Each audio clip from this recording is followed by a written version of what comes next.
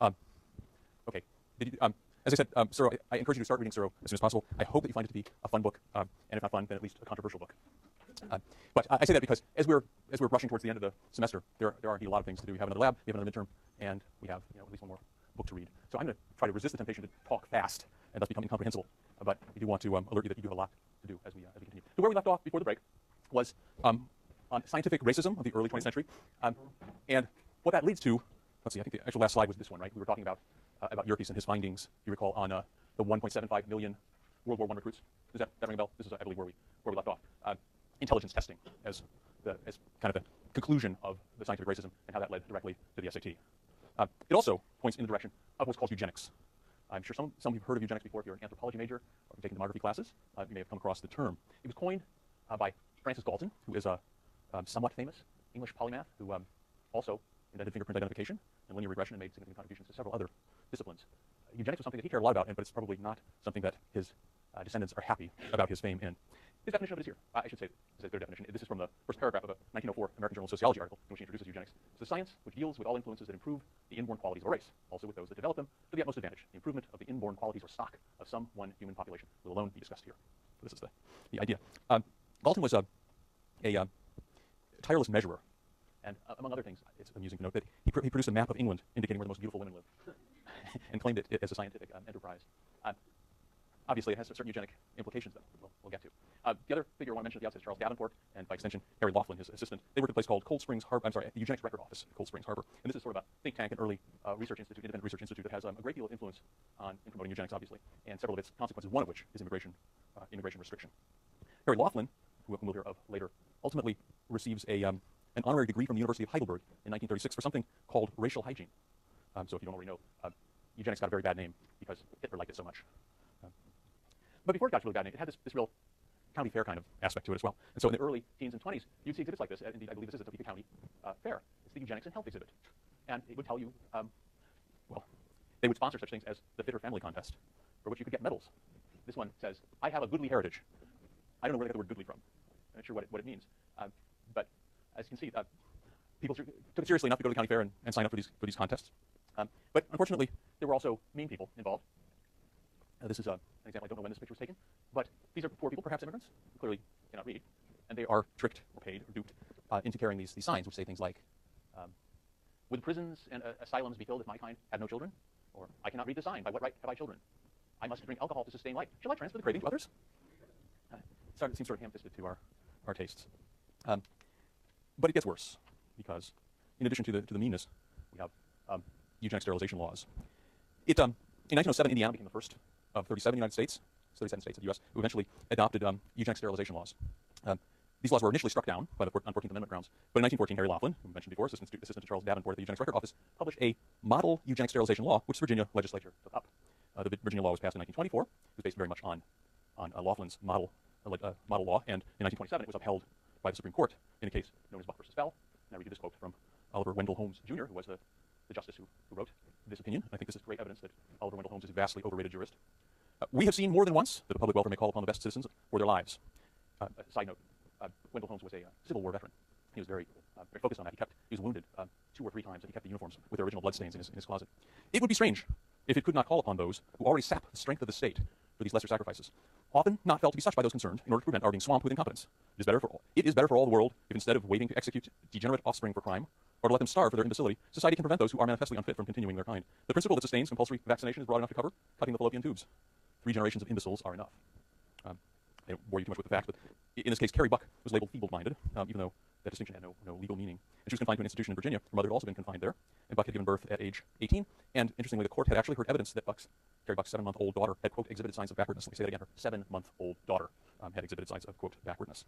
John Bell, in this case, was the superintendent of the facility who was empowered by the Virginia law to have Carrie sterilized.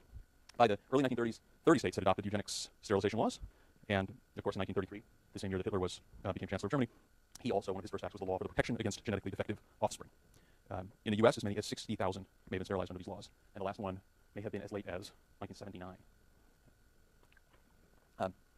Let's not dwell too much on that, because eugenics also has an obvious implication for immigration, as you might see in this cartoon. And here I want to point out, interestingly, that for this cartoon to make any sense, not that it really makes any sense, but I mean for it to have a ring of anything, you have to have Mendelian genetics in mind. Before Mendelian genetics, it would have made no sense to these people to have given Master Cohen a nose the same size as Mr. Cohen. You would have had a mixture, this mongrelization. You would have had a nose halfway in between. It's Mendelian genetics that gives the possibility of these complete characteristics being transferred by a single gene. Remember, it's the dominant recessive story that you no doubt learned about in high school. That's not terribly important to our story, but I think it is interesting. The Mendelian genetics is essential to the eugenics argument because genetics is the mechanism. Remember, this is the nature versus nurture argument, and eugenicists are now simply at the very extreme end. They're biological determinists. Everything about people is determined by their genes. One of the arguments that Laughlin at the Eugenics Records Office made was about crime, criminality. This is a kind of look at this for a second. This is a picture. I don't know how well you can see. It's a picture of a building, perhaps a tenement, brick building, but it's also a bar graph. It's supposed to be burglary and larceny rankings of native whites of foreign parentage. So you see this guy up at the top here, Polish Austrian. He's number 1.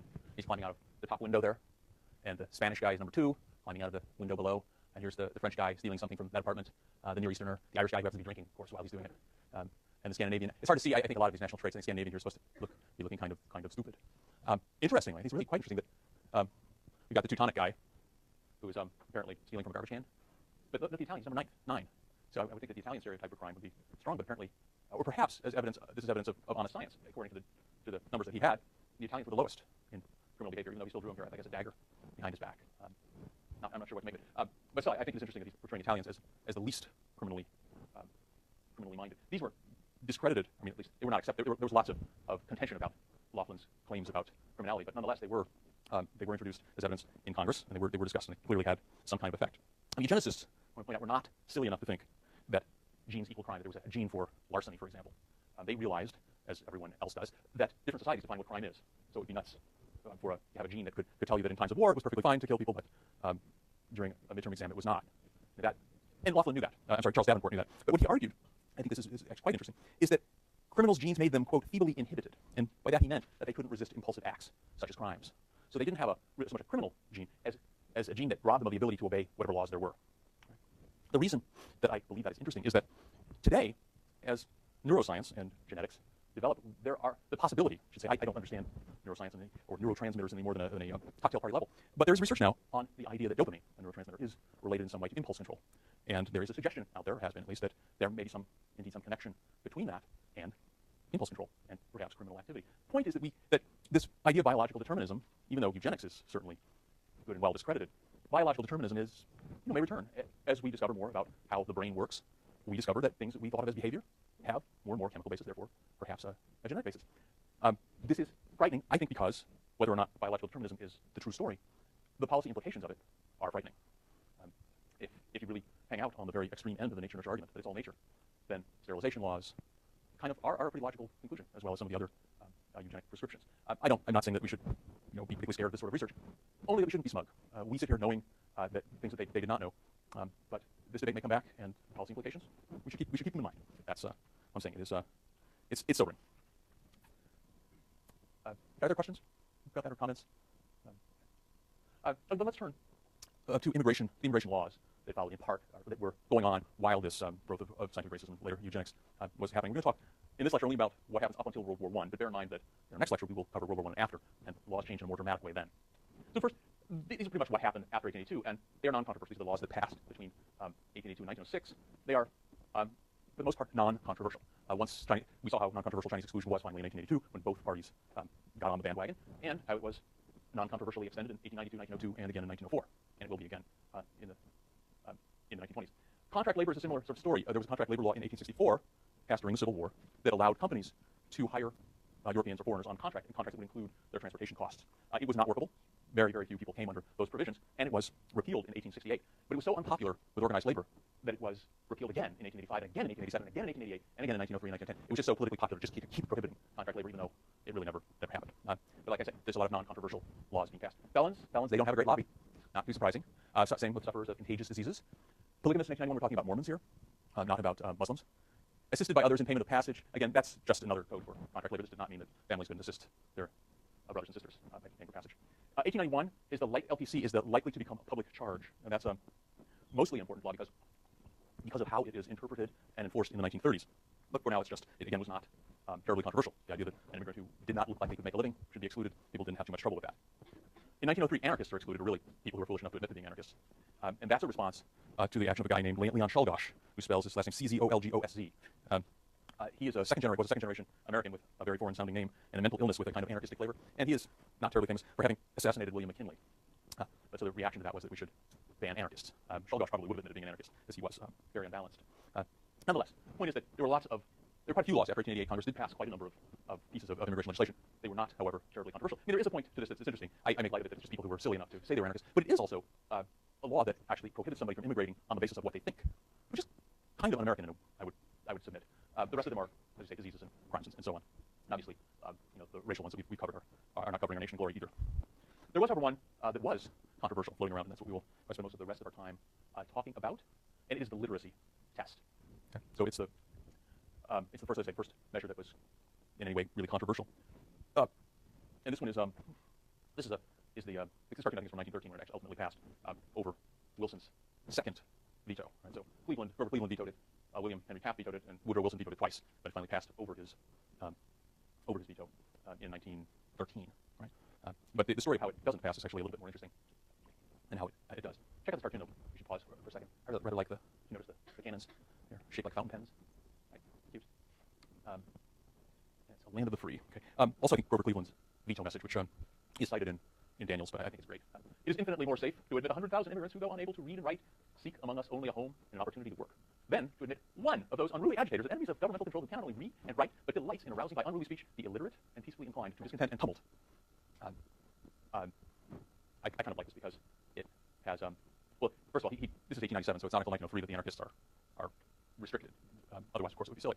But he's still got the idea in here. He almost contradicts himself, I think, by the suggestion that the illiterate and peacefully inclined are so easily aroused by unruly speech. Nonetheless, the idea is that reading and writing is not that important. What's important is being right-thinking sort of person. An anarchist who can read and write is far worse than a peaceful illiterate. So, okay. This, once again, is the four-way matrix, the 2x2 matrix of the opinions on immigration. These are the opinions roughly before World War I, early 20th century. Here's the way the debate kind of shapes up. And we've seen some of these actors before. I'm going to talk about the top row first. But the real story that we're going to get to is how these guys, particularly the Immigration Restriction League, we'll talk about in a moment, how they managed to get these two, labor and industry, on their side for the literacy test. And by extension, the immigration restriction program that finally carries the day after World War I. But right now we're focused mainly on the pre-World War I period here. So Jane Addams, the social justice progressives, I mean, these are people you'd still recognize today. I think their ideology is alive. These are social workers, essentially. And they believe that immigration is good for the country and morally a moral imperative. Joining Jane Addams by this time are some ethnic organizations. These are organizations of immigrants and second-generation immigrants who are now, as society becomes more urban and complex, we have these kinds of groups now in the early 20th century playing a role, and they're agitating generally for open immigration. When we look in this box, we're talking about, remember, these are the yes column. Remember how we read this matrix. We have on the x-axis were the rights of immigrants, which are either lots of them or less of them. And on the top we have lots of immigrants or fewer immigrants. I have yes and no, but perhaps it should be more versus less. In any case, that box, the light blue box, is the yes, more immigrants and full rights for immigrants. Moving over to the right of the top box, the Samuel Gompers, Terence Powderly, and John Commons. These are, well, two labor leaders and one historian economist, the John Commons character, and they are what we're calling here national egalitarians. Their position is that we should have, well, ultimately we will have fewer immigrants, but they should have lots of rights. Right? Labor is really conflicted about immigration. This is not an easy call for them. Samuel Gompers, we met before. He was president of the Cigar Makers Union, and so he was thus on the front lines of the anti-Chinese movement, and he's an early founder of later the AFL. So he has no problem opposing Chinese migration, but the fact that he is himself an immigrant, he was an English-born Jew, it gave him a little pause, I think, about opposing all immigration. What ultimately works for them, they have no, the way that the argument unfolds, and we'll see that this is, I think, in part due to the cleverness of the Immigration Restriction League that we'll talk about in a moment, is that since the AFL has lots of members, lots of union members are immigrants themselves, they can't be against immigration per se, but they can, as a craft union, or they're actually a federation of craft unions, they can be against unskilled labor. And so when the Immigration Restriction League proposes a literacy test, they can see that as a ban on unskilled labor. And for them, unskilled labor is the enemy of unions, because with unskilled labor, capital can buy machines and supplant